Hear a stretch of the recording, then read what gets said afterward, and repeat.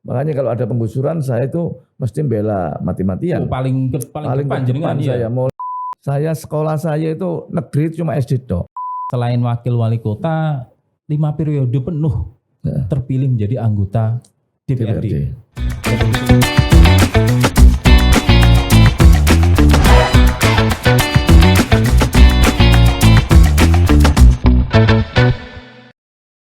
Assalamualaikum warahmatullahi wabarakatuh. Selamat siang semuanya para Tribuners, pembaca harian Surya tercinta. Siang ini adalah siang yang paling istimewa buat kami, buat kita semua.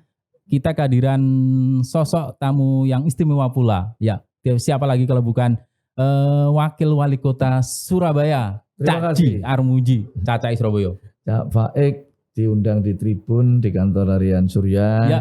Diajak ngobrol, diajak podcast, yang mana nanti kita bisa sharing dan bisa yang ngobrol santai lah. Ngobrol santai di bulan puasa ini sambil ya apa namanya istilahnya cari tempat yang bisa menyejukkan pikiran.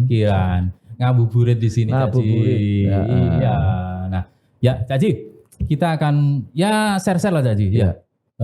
Saya juga ingin tahu Caci lebih detail dengan sosok sampean yang saya dulu mengenal. Sosok Caci adalah mulai dari anggota dewan, ketua DPRD 2 kali, 2 periode, kemudian 5 periode kelima, ya itu maju di DPRD Provinsi di Indrapura. Di tengah jalan kemudian masuk menjadi berusaha calon wakil wali kota bersama Pak Eri Cahyadi. Sekarang sudah jadi. Ya, alhamdulillah. Baik Caci, ini kan bulan puasa ya. Iya. Dulu pernah ada momen puasa yang paling sampean tidak lupakan gitu? Ya, setelah pandemi atau sebelum pandemi ya? Ya, mulai dari sebelum pandemi tentunya sampai kalau pandemi tentu gimana mau kemana-mana nggak boleh. Iya. Ya sebelum pandemi tentunya rutinitas kita pada saat di DPR kita juga mengundang anak yatim piatu, memberi santunan, dan itu kita lakukan setiap tahun, setiap bulan suci Ramadan. Kita lakukan seperti itu karena kita sebagai umat Muslim yang mempunyai kewajiban di mana kita punya suatu rezeki, kita harus bersedekah dan membagi rezeki pada orang-orang yang memang membutuhkan. Dan itu kita lakukan, rutinitas itu kita lakukan. Itu juga pada saat pandemi kemarin, pada saat jadi wakil wali kota, sebelum ada aturan bahwa yang namanya buka puasa bersama dilarang, kita juga melakukan sama anak yatim di lapangan Taman Surya situ. Tapi sekarang ini kan tidak diperbolehkan. Kita juga mengikuti aturan itu. Yang penting COVID ini segera berakhir. Amin, mudah-mudahan ya. Amin. Ini makin melandai, makin semua menjadi normal kembali. Iya. Saat ini mau buka bersama juga boleh saja ya di Surabaya? Kalau buka puasa bersama-sama dengan banyak orang tidak diperbolehkan. Tidak diperbolehkan. Ini edaran daripada Menteri Dalam Negeri seperti itu. Makanya buka puasa kita bersama keluarga saja supaya aman. Ya. Jadi tentu para pembaca harian Surya, para Tribuners juga ingin tahu ya, bagaimana sosok Cak Ji yang sebenarnya bukan sosok siapa-siapa. Saya pernah membaca Cak Ji bukan dari golongan keluarga berada begitu. Kemudian merambah ke dunia politik sampai sekarang menjadi wakil wali kota. Bisa cerita aja? Kalau boleh saya cerita sejak kecil sebenarnya. Saya sekolah saya itu negeri cuma SD tok. SMP, STM, kuliah ini swasta terus. Makanya saya menginspirasi bagi anak-anak meskipun tidak diterima di negeri, tapi kalau niat kita itu benar-benar bisa menjadi suatu tujuan yang kita kehendaki, insya Allah kita akan bisa melakukan semua itulah. Jadi cuma SD tok saya negeri itu, SMP swasta, SD negeri di Rungkut situ. SDN Rungkut. SMP-nya? SMP-nya saya di mana itu? Mendel Merisi, daerah Mendel Merisi. Mendel Merisi. SMP apa itu? SMP Suronugroho. SMA-nya? STM saya itu. STM. Dan STM itu kan terkenal. Ya dulu tuh suka tawuran. Kalau sekolah itu kita itu gandol mobil. Loncat mobil. STM seperti itu. Jadi apa jaraknya jauh dengan Jauh. Saya jenengan di Nginden. Saya tinggalnya di Nginden. Ya Oke, di Nginden. STM saya itu di daerah sana loh, daerah Simo sana loh. Wow, pucuk meri Kupang, terus. Kupang, daerah barat namanya agak STM sedikit. Siang. STM Siang itu ya tempat anak-anak nakal-nakal semua. Nakalnya nakal ya bukan nakal Yang narkoba masih dulu sudah toleran ada, ya, nakal ya tawuran ini. Ya Wajar gitu lah, waktu itu wajar ya? kalau dulu itu seperti itu wajar. Jadi STM Siang atau SMK Siang gitu. Baru kemudian di ITAT ITAT. kuliahnya ambil jurusan arsitektur pada saat itu. Nah, keluarga sebenarnya jenengan berapa bersaudara waktu itu? 2 bersaudara.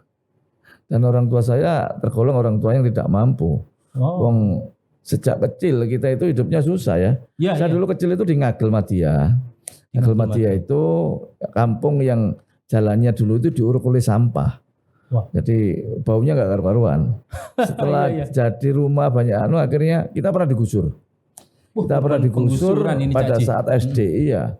Makanya kalau ada penggusuran saya itu mesti bela mati-matian. Paling depan saya mulai dari peristiwa yang ada di Stren Kali Medoan, Stren Kali di Sawung Galing, maupun di tempat-tempat mana saya yang paling membela mereka karena saya pernah digusur.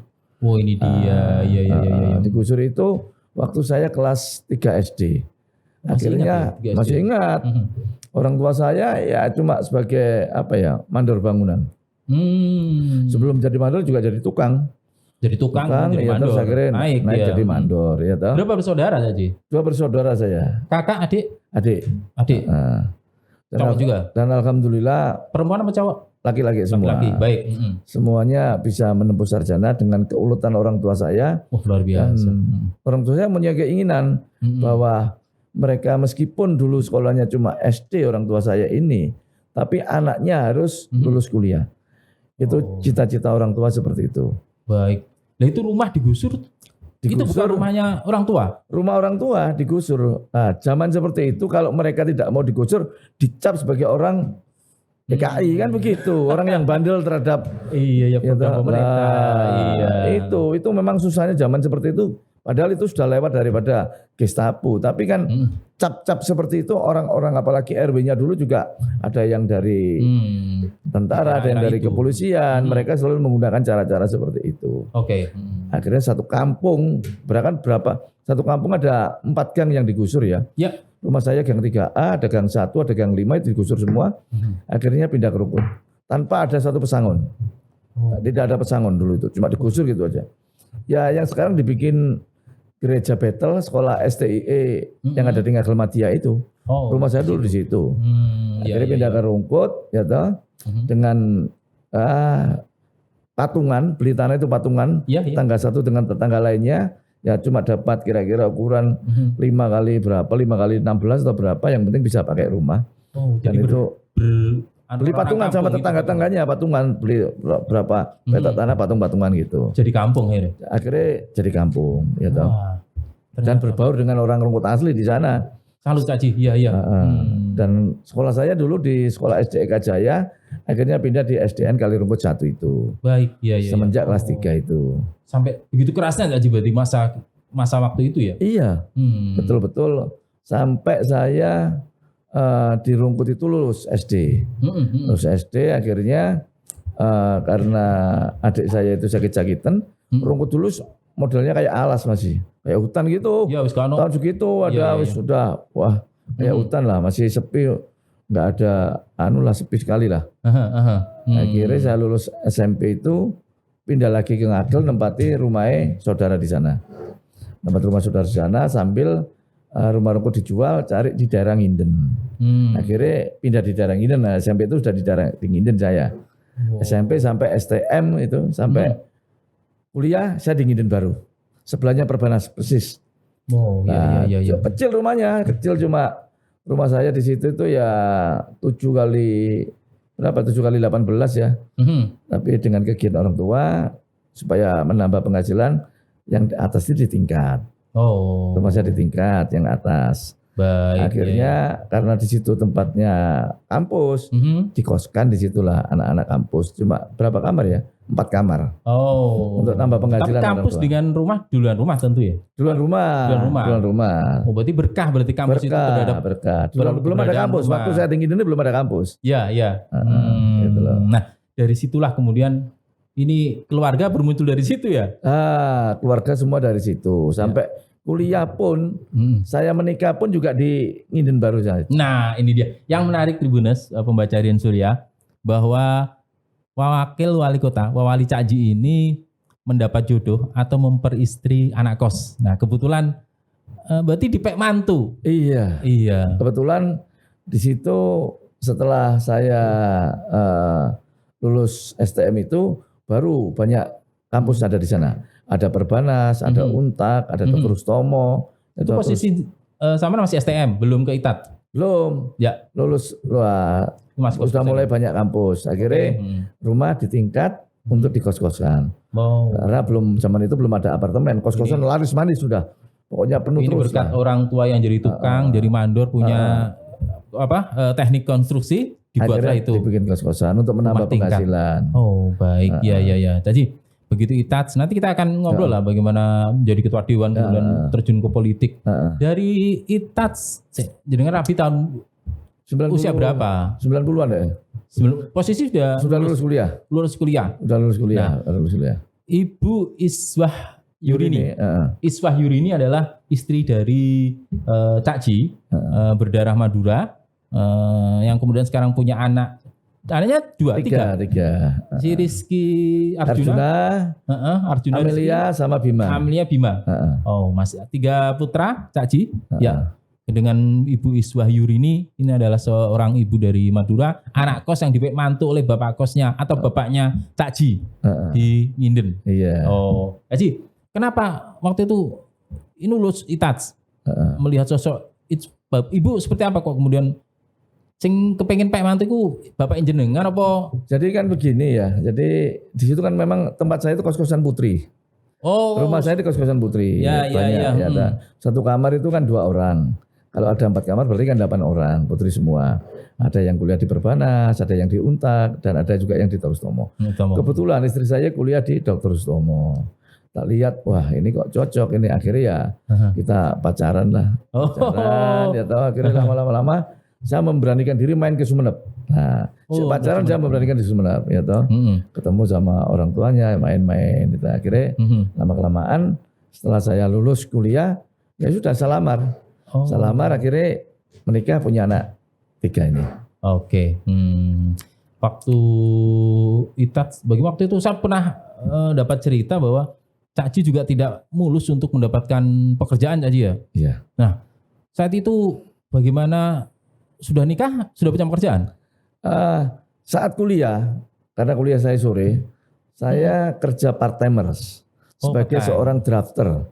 Drafter itu juru gambar. Seorang gambar. Saya semester 3 sudah part-timer, ikut konsultan.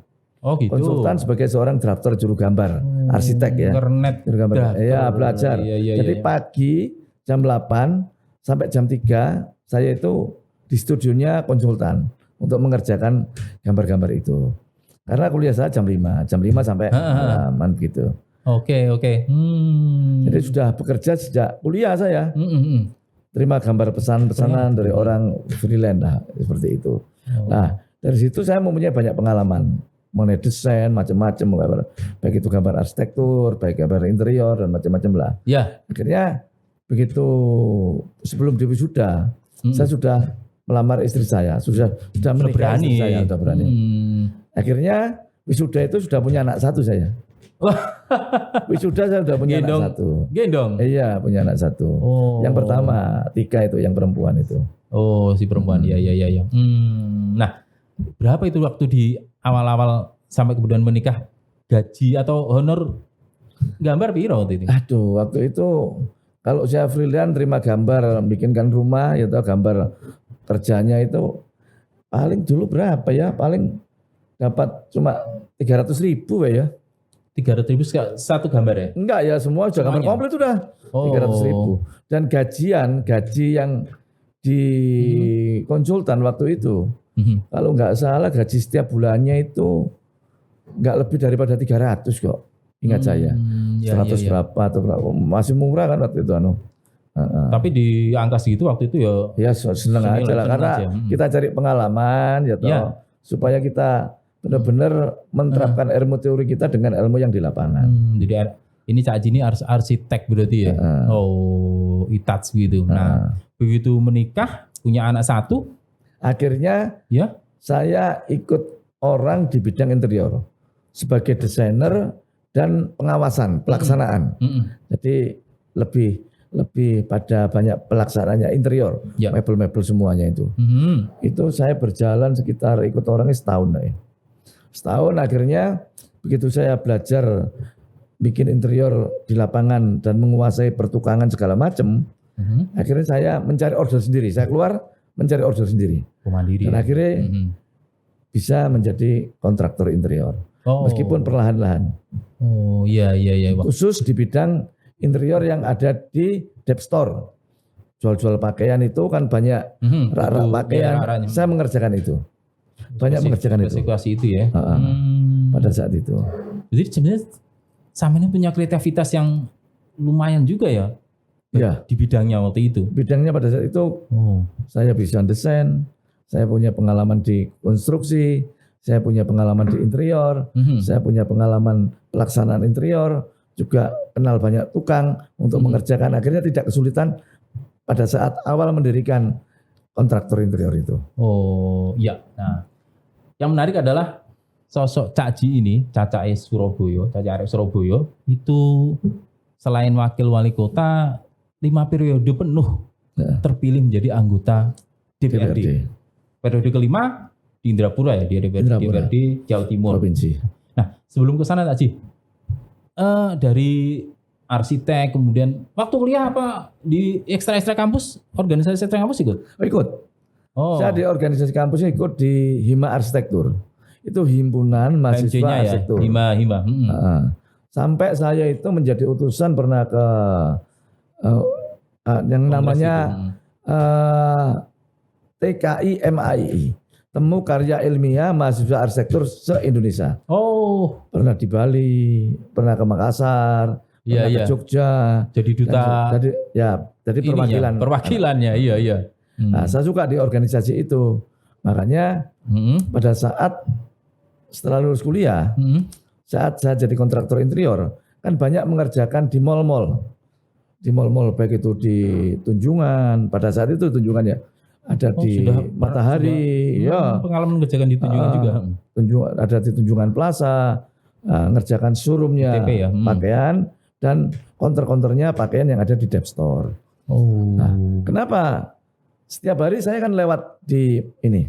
Ketertarikan saya di politik, setiap hari, setiap mau ke Tunjungan misalnya, saya kan lewat asrama haji ya. Iya. Kalau mobil pickup itu asrama haji, tak lihat kok ada rame-rame apa, kok banyak bendera PDI, kok mulai pagi sampai malam itu kok suasananya rame terus. Saya akhirnya ikut nimbrung di situ, sambil makan, nimbrung dengerin, baca berita. Oh ternyata ada yang namanya Kongres Luar Biasa PDI pada saat itu namanya. Waktu di Sukolilo ya. Saya tertarik baca media, loh ini kok ada 2 kubu. Kubunya anaknya Bung Karno, Ibu Megawati sama kubunya Suryadi pada saat itu. Lah bapak saya kan orang nasionalis, orang PNI. Di rumah itu ada gambarnya Bung Karno pada zaman Orde Baru dan itu banyak disinisi orang. Loh kok berani waktu tinggal di saat ini sudah punya rumah sendiri semampir, kok ada gambarnya Bung Karno, kok berani. Padahal mayoritas itu orang-orang Golkar semua pada saat itu. Iya. Orde Baru kan orang Golkar semua. Ya kita ngomong aja gak ada masalah bagi saya. Gambar tapi kurang bagus, karena saya orang mebel tak kode tak tempel gambar Bung Karno. Apa tidak ada teman atau yang kemudian mengajak ke ya itu nimbrung aja waktu di saya nimbrung aja gak kenal siapa-siapa, akhirnya nimbrung kan kenal. Ya Mas kopi Mas akhirnya kan ngobrol-ngobrol dari satu akhirnya banyak kenal dari satu orang kenal lo tinggal di mana ya, besok lagi ketemu anak itu lagi, terus anak itu punya teman benar akhirnya banyak teman. Kalau organisasi ekstra kampus nggak ikut ya, hanya di Hima. Di Hima itu aja. Nah kemudian begitu ketemu rame-rame di Sukolilo itu di waktu kongres luar biasanya PDI. Saya lebih tertarik karena begitu baca berita media online pada saat itu ya, Ya Megawati kan dikoyo-koyo terus. Saya sendiri tertarik dengan ayah saya orang-orang Soekarnois. Ya. Nah, sangat tertarik. Akhirnya kadangkala saya itu pekerjaan itu tak tinggal gitu, tak atur tak balik. Lebih banyak tertarik di sana. Sampai itu berapa? Hampir 1 minggu ya. Saya lebih banyak aktivitas di situ. Pagi itu ya udah mampir itu ya tahu belum ada ngedrop barang dulu ke mana perjalanan. Akhirnya siang rame-ramenya orang balik lagi sampai malam gitu terus. Lah apa? Ya kita kan banyak orang-orang orasi. Sampai nolak apa nih kono? Nyawang tok ya. Iya lihat sama kan banyak orang-orang orasi.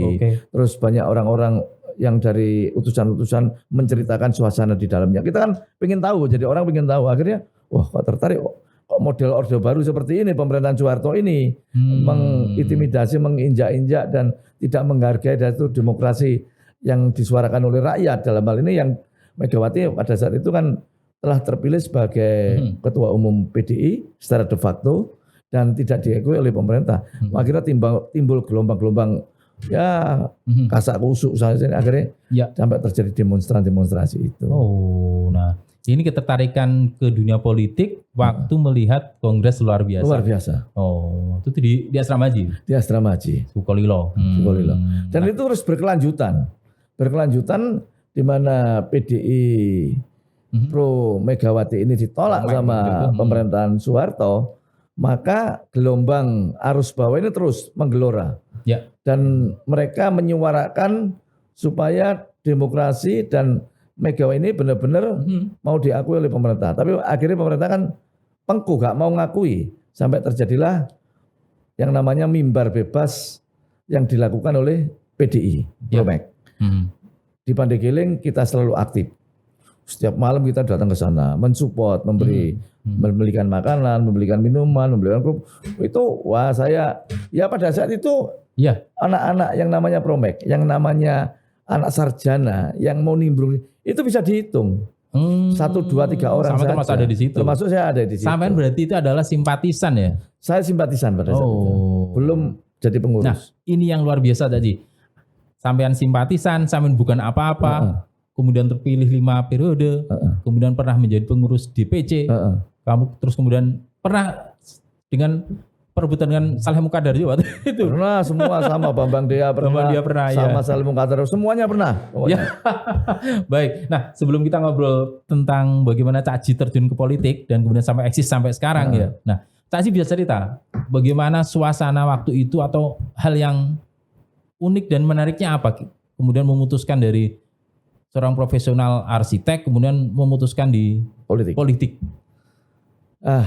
Pada saat rame-ramenya Orde Baru diturunkan, kita juga aktif.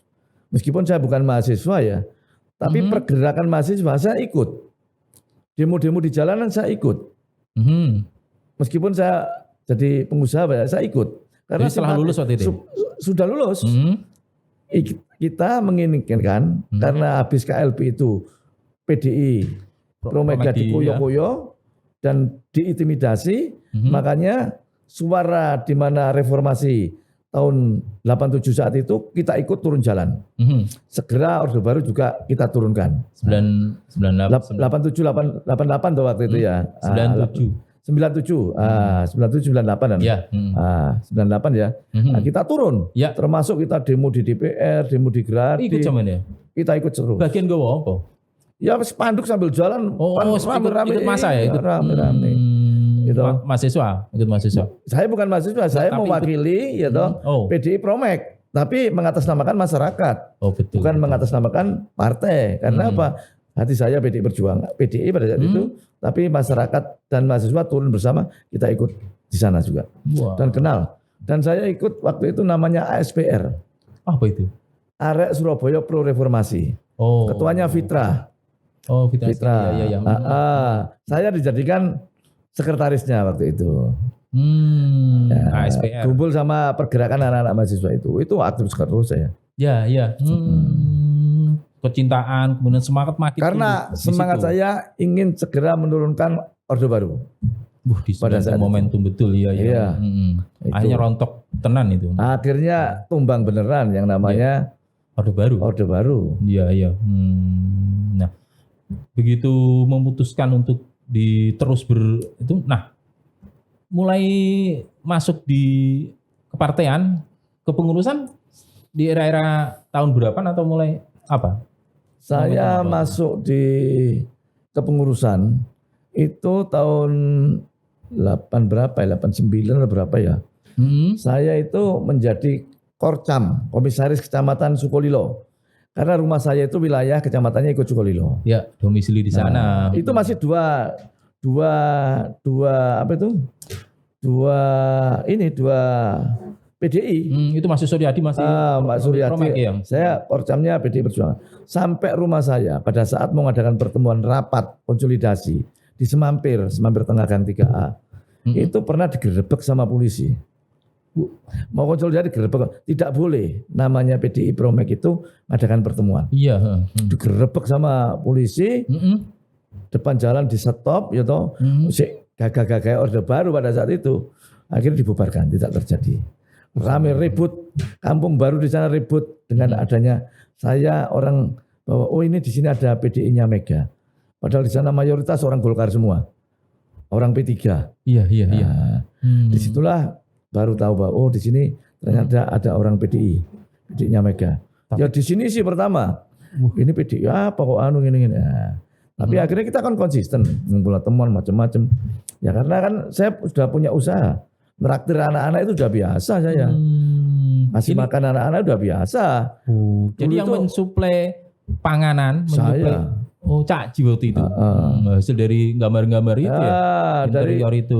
Dari desain, dari saya kerja interior, kontraktor, itu saya sudah punya mobil 2 pada saat itu. Mobil pickup 1 untuk barang, mobil L sampai 1, L300 1. Oh, waktu itu udah punya mobil. Sudah punya mobil saya. Iya. Mayoritas padahal PDI anak-anak di situ kan tahu sendiri anak-anak sandal jepit lah. Iya. Kita senang dengan kumpul anak-anak seperti itu. Tapi sampai terpanggil untuk memberi tadi ya suplai makanan. Termasuk mobil saya korbankan untuk ngangkut anak-anak demo. Wah, ini menarik. Iya. Jadi sampai sampean itu buat ngangkut. Buat ya kadang buat ngangkut anak. Yang jelas mobil pick-up ya itu khusus anak-anak demo ngangkut.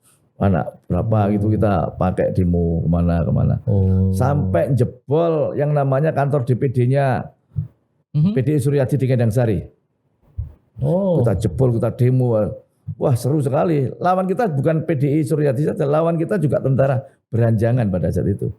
Mobil saya pernah dicoblos bannya itu. Waktu parkir di jalan kelihatan ada plat merahnya, ada logonya Mega. Kita nyerang kantor DPD, mobil saya dicoblos. Bannya sama Beranjangan, pasukan Beranjangan kita ingat itu. Dan sampai saya dongkrak sendiri, nempelnya sampai maghrib baru pulang. Begitu ngeri ya waktu itu ya. Itu aparat perjuangan kita benar-benar real. Jadi luar biasa. Saya cerita itu ya berdasarkan fakta. Peristiwa 27 Juli di Surabaya, peristiwa 28 Juli. Rombongan yang dari kebun binatang mau ke Long March ke kantor Pandegiling dicegat di Jalan Ponegoro, diorak-arik sama Beranjangan. Banyak teman-teman yang ketangkap. Kita lari untuk sama-sama menyelamatkan pada saat itu. Jadi Caci memang itu jiwa perjuangannya memang luar biasa ya. Teman saya yang paling lama pada itu yang masih aktif Baktiono sama Agustin Poliana, itu teman saya lama. Dia juga mengalami perjuangan yang sama.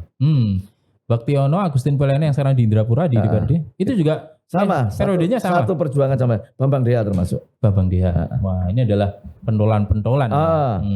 Ya, Caci, waktu itu kan Caci kalau kepengurusan paling tinggi apa di DPC? DPD Pak Su. Pernah di DPD pernah. Pernah di DPD. Kalau di DPC apa? Pernah menjadi PLH Ketua DPC. Pada gesekan sama Basuki. Oh, Basuki. Iya. Nah, ini Basuki yang terpilih. Saleh Muqaddar yang kemudian kalau dengan Pak Saleh di Ketua DPC itu apa? Dulu Saleh Muqaddar juga pernah di Ketua DPC. Dulu. Lawannya jenengan? Waktu itu enggak sih, kita enggak satu kubu sama Saleh Muqaddar. Iya. Jadi kita di DPC itu semenjak tahun pemilu pertama itu kan tahun 99 ya. Tahun 99 ya toh. 88 itu reformasi, 89 itu reformasi. 99 itu pemilu setelah reformasi. Nah, saya sebagai pengurus DPC waktu pertama kali nyalek jadi DPR. Nah, ini pertama nyalek adalah di pemilu pertama itu. Pemilu pertama 99. 99. Nah. Itu langsung jadi dewan. Jadi DPR, ya toh. Saya ketua fraksi, Basuki ketua DPR. Basuki di tengah jalan kesangkut masalah, Ya. saya menggantikan Basuki sebagai ketua DPR. Setengah periode, sama-sama setengah periodenya. Oke. 99 sudah menggantikan Basuki Basuki. sebagai ketua DPR. Ya. Nah, Pak Haji, 5 periode menjadi ketua dewan, kemudian sampean begitu berjuang untuk PDI juga. Nah, kira-kira yang membuat sampean dipercaya masyarakat itu, ya apa Pak Haji? Kita komitmen. Kalau membantu dengan tulus dan apa yang kita omongkan segera direalisasikan. Itu aja kuncinya. Dan Surabaya ini tidak ada yang namanya money politik bagi saya. Dan suara saya semenjak suara banyak suara paling banyak nomor 1 terus di PDI Perjuangan. Suara saya nomor 1 terus. Ketua DPR itu. Ya. 2 periode ketua DPR. Ya.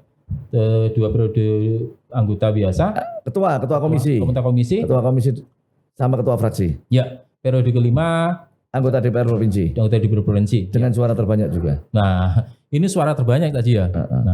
Nah, sekarang Cak Haji punya kebiasaan apa ya? Unik juga ya sekarang. Era digital sampai juga menyambutnya dengan mengikuti perkembangan zaman. Sampai bukan anak muda Cak Haji, tapi mampu mengikuti keinginan anak muda. Luar biasa Cak Haji ini. Jadi perlu saya sampaikan, setiap hari Senin saya juga menerima tamu netizen ini, baik itu yang DM maupun yang balas WhatsApp atau yang di Facebook, mereka kita undang di rumah aspirasi, rumah wakil wali kota, rumah dinas wakil wali kota, Jalan Wali Kota Mustajab nomor 78, setiap jam 8 sampai jam 10. Kita terima. Ada 15 orang, 20 orang, kita ganti, kita gilir. Tiap hari atau hari tertentu? Tiap hari Senin aja. Tiap hari Senin aja. Dia menyampaikan aspirasi, mana yang bisa kita tindak lanjuti, kita eksekusi, kita selesaikan. Dan warga ternyata lebih puas, lebih banyak, antusias lebih banyak. Dan kita juga membuat suatu podcast untuk menginovasi daripada warga, tokoh masyarakat, tokoh pemuda, anak milenial. Kita ajak podcast, menyampaikan apa yang menjadi prestasi beliau. Dan kita tanya dengan tuntas dan kita bisa sharing kolaborasi dengan mereka-mereka ini. Wah, sangat efektif sekali. Jadi rumah dinas Cak Haji sekarang ini kita jadikan rumah aspirasi. Oh, luar biasa ya. Jadi semua orang, semua kalangan boleh ke rumah saya. Wah, luar biasa. Dan sementara selain ada rumah aspirasi, podcast ada di situ. Ada semua di situ. Wah, keren. Termasuk keren. Media sosial itu semua kita ikuti. Mulai Facebook yang kebanyakan ibu-ibu di atas 40 tahun penggemarnya Facebook, Instagram yang anak-anak milenial, TikTok juga yang anak-anak milenial maupun zilenial, YouTube ini orang-orang yang milenial maupun yang orang dewasa. Twitter juga kita lakukan. Semua channel kita masuki semua. Wah. Karena ini era digitalisasi, kita harus ikuti perkembangan zaman. Kalau enggak kita lewat. Luar biasa. Zaman peka sekali ya hal-hal begitu ya. Dari dulu sebelum rame-ramenya medsos, saya ketua DPR, rumah DPRD di Jalan Borong kita jadikan rumah pengajian. Jadi setiap Senin dan Kamis kita ngundang-undang orang pengajian se-Surabaya, kita gilir. Wah, masyarakat kumpul di situ. Karena dekat dengan Al-Falah kan, ya, rumah pengajian tadi kan. Iya. Semua Surabaya di situ. Dan setiap minggu kita ada Car Free Day, kita ngadakan senam bersama, kita gilir orang se-Surabaya di sana. Setelah itu kita ajak makan bersama di rumah dinas. Saya pernah tertarik ya mengikuti kalau Cak Haji kampanye gitu. Begitu masa, terutama Bu Mantik waktu itu. Ibu-ibu. Kader-kader itu luar biasa. Sampean kalangan memang sampean bukan orang yang tidak terlalu formal kalau saya lihat. Jadi kita jadi orang, baik itu dari pejabat maupun tidak di pejabat, kita harus mengikuti dan jangan menyombongkan diri, jangan mengeksklusifkan diri. Oke. Ya kita biasa aja lah. Yang penting semua itu saling menghargai. Baik. Wah, senang sekali Cak Haji. Ngobrol dengan Cak Haji nggak ada habisnya. Nggak ada habisnya. Mau di era lalu sampai era sekarang. Sedino pun iso gak nyampe iki. Luar biasa Cak Haji ini. Cuma dibatasi 30 menit. 30 menit. Itu sudah 30. Nanti kita sambung lagi. Iya. Cerita-cerita yang unik-unik, yang menarik-menarik. Iya. Dan banyak pengalaman-pengalaman saya yang Tadi ada di sebelum sana. kita ngobrol, Cak Haji, di podcastnya itu ada yang tagline-nya sangat, Get no waste. get no waste. Get no waste. Iya. Artinya kita jadi orang itu nggak perlu ragu-ragu. Kita jadi orang itu nggak usah sombong. Lah ada niat. Get no waste. Oke, keren.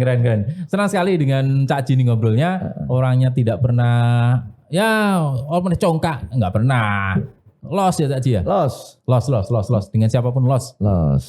Kalau tepak get no ya. Ya, tepat get no waste. Oke, ya. Senang sekali Cak Haji telah menemani pembaca Sadian Surya, para Tribun Network, Tribuners di sini ngobrol tentang sosok Cak Haji yang 5 periode menjadi ketua, menjadi anggota DPRD, kemudian beralih menjadi wakil wali kota Surabaya saat ini. Ya. Oke. Oke, terima kasih sekali Cak Haji. Terima kasih. Oke, sampai jumpa.